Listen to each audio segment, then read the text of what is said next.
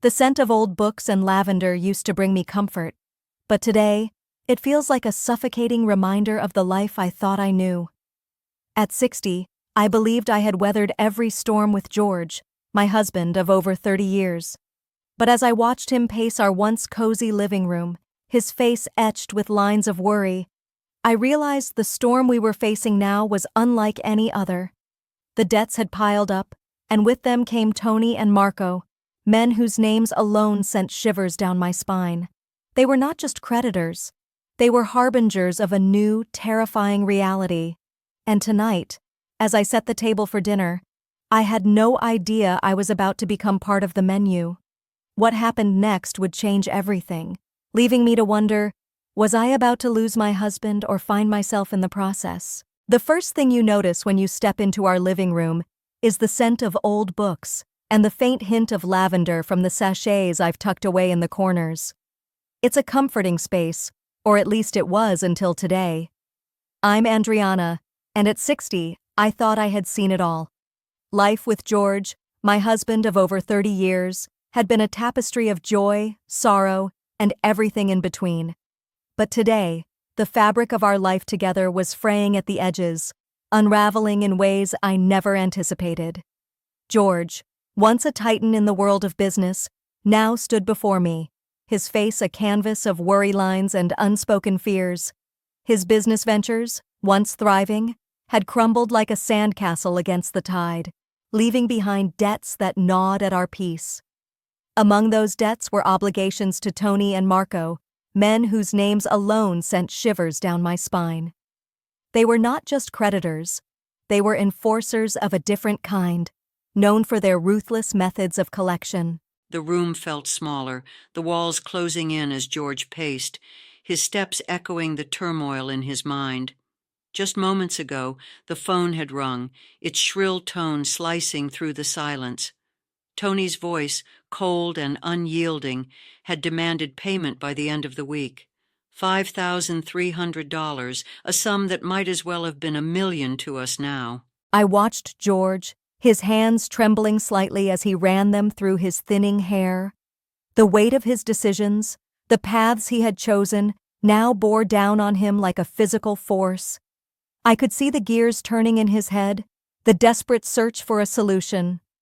The next day, George was unusually quiet. Over breakfast, he barely touched his food, his mind clearly elsewhere. I tried to comfort him, suggesting we could sell some assets, or perhaps borrow from family. But George shook his head, his eyes avoiding mine. That evening, he invited Tony and Marco over. I was instructed to prepare dinner, which I did, not knowing I was about to become part of the menu. As we sat down to eat, the atmosphere was thick with unspoken threats. Tony, a tall man with a scar running down his cheek, and Marco, shorter but with a menacing presence, discussed business with George. The conversation was tense, filled with veiled threats and desperate pleas. Tony leaned forward, his voice low. "George, you know we've been patient, but patience has its limits. We need that money, or we'll have to find another way to settle this debt." George's fork clattered against his plate, his voice strained. "I understand, Tony, but there's nothing left to give. The business, our savings, it's all gone." Marco, his eyes cold, added, "There's always something, George. Always. Maybe something. Or someone you haven't considered." I felt a chill run down my spine as I realized what they might be implying. My heart pounded in my chest, but I kept my composure, serving the meal with trembling hands. The room was silent, except for the clinking of cutlery, each sound amplifying the tension. George's gaze finally met mine, and in that moment, I saw the depth of his despair. He was considering something unthinkable, something that would change everything. Tony continued, his words dripping with menace. After dinner, George asked me to join them in the living room. There, he dropped the bombshell. "Andriana," he said, his voice trembling, "I've made a deal with Tony and Marco. They've agreed to forgive the debt if you spend the night with them." The room spun. I felt like I had been hit by a truck. Betrayal, shock, and a deep sense of humiliation washed over me. Tony and Marco looked at me, their expressions unreadable. I was speechless, my mind racing. But then something unexpected happened. Instead of the expected outrage, a calm settled over me.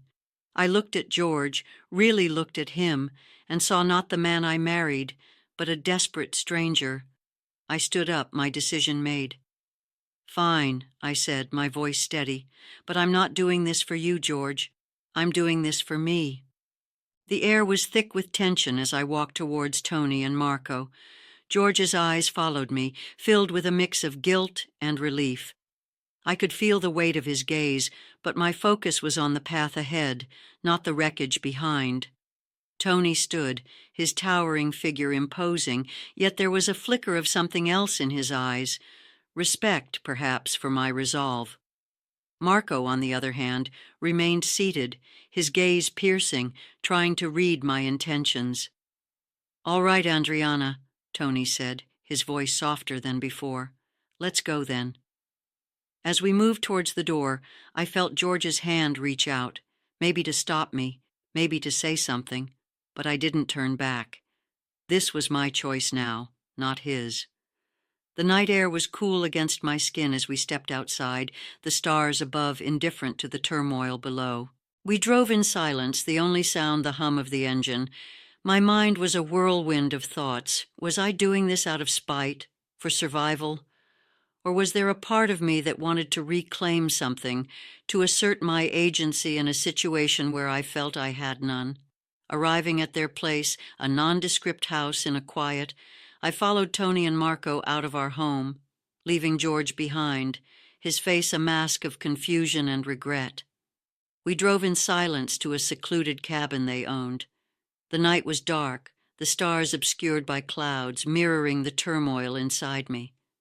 Upon arriving, the cabin was surprisingly cozy, a stark contrast to the cold business transaction I had been part of. Tony and Marco were surprisingly gentle, offering me wine, trying to ease the tension. We talked, not about the debt, but about life, dreams, and regrets. As the night deepened, so did our conversation. I found myself laughing, sharing stories, feeling a strange sense of freedom. The initial shock had morphed into a peculiar sense of empowerment. Tony poured another glass of wine, his eyes softening as he spoke about his own past, the paths he'd taken and the ones he wished he hadn't. Marco, usually the silent one, chimed in with tales of his youth, his voice carrying a warmth I hadn't expected. The fire crackled in the hearth, casting a warm glow over the room, making the shadows dance. I sipped my wine, the taste rich and full, much like the conversation. There was an unspoken understanding that tonight was about more than just settling debts. Tony leaned back, his gaze thoughtful. "You know, Andriana, life's not just about what we owe or what we take. Sometimes it's about what we give, what we share." Marco nodded, adding, "We've seen too many people lose themselves in debts, in obligations, but tonight it's different. You're here, not as a payment, but as a person." I felt a shift within me, a release of the burden I'd carried since George's proposal. Here, in this cabin, I wasn't just a means to an end. I was Andriana, with my own stories, my own worth. As the hours passed, the conversation turned to dreams deferred, to the roads not taken. I spoke of my love for painting, how I'd set aside my brushes for the stability of marriage. Tony and Marco listened, their interest genuine, making me feel seen in a way I hadn't felt in years. The conversation eventually turned intimate. There was no coercion, no force. It was a mutual decision, driven by a mix of curiosity, defiance, and a desire to reclaim something for myself. What happened next was wild, unexpected, and in its own way, liberating. I was unfaithful to George with both Tony and Marco, not out of spite, but out of a need to break free from the chains of my past life. The experience was unlike anything I had ever known. It wasn't just physical, it was a profound emotional release, a shedding of the old Andriana. With Tony, there was a raw intensity, a connection that felt like fire, consuming and bright. His touch was firm yet tender, igniting a passion I thought had long been extinguished. Marco, on the other hand, was like the calm after the storm, his approach gentle, his eyes filled with an understanding that spoke volumes. Together, they made me feel alive, vibrant in a way I hadn't in decades. Each moment was a dance of shadows and light, our bodies moving in sync with the rhythm of the night. The air was thick with the scent of pine from the cabin's walls, mixed with the musk of our closeness. As dawn approached, the room was bathed in the soft light of the rising sun, filtering through the curtains. I lay there, between them, feeling a peace I hadn't known was possible. The night had been a whirlwind, a tempest of emotions and sensations, but now, as the morning light crept in, it brought with it a sense of clarity. I knew what the morning would bring after such a night. There would be no going back to the life I had known with George. This experience had changed me, awakened parts of me that had been dormant, perhaps even buried under years of routine and compromise. Tony stirred beside me, his voice husky with sleep.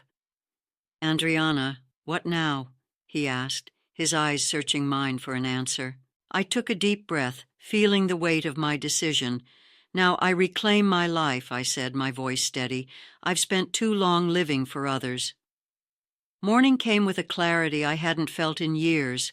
The light filtering through the curtains seemed to wash away the shadows of my past, revealing Tony and Marco in a new light. They were less the intimidating figures of the night before, and more like men who had shared a part of themselves with me. We shared a simple breakfast, the tension of the previous evening replaced by a quiet understanding. They offered me a ride back home, and I accepted, feeling an odd sense of camaraderie with these men who had been part of my unexpected journey. As I walked back into my house, the familiar scent of old books and lavender greeted me, but it felt different now, almost foreign. George was there, his face a mix of relief and fear, his eyes searching mine for some sign of what had transpired. I looked at him, the man I had loved, and felt nothing but pity.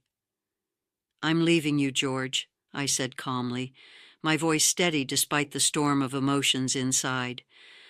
"I've found strength in the most unlikely place, and I'm not going back to the life you tried to sell." I packed my bags, not knowing where I would go, but knowing I was free. The weight of the past 30 years lifted with each item I placed into my suitcase. This story isn't about justifying my actions. It's about how betrayal can lead to unexpected paths of self-discovery. If you've ever found strength in an unlikely place or broken away from a situation you never thought you could leave, share your story. As I walked out, the future was uncertain, but for the first time in decades it was mine to shape. I carried with me lessons of resilience, the understanding that sometimes the most profound changes come from the depths of despair. I learned that even in the darkest moments there can be a spark of something new, something liberating. What will Andriana's new life look like? It will be one of exploration, of rediscovering the passions I had set aside, like painting, which I now plan to pursue with vigor. It would be a life where I make decisions for myself, not out of obligation or fear, but from a place of self-respect and newfound courage. Don't forget to subscribe, like, and comment if you enjoyed this story. This will help us create more engaging stories for you.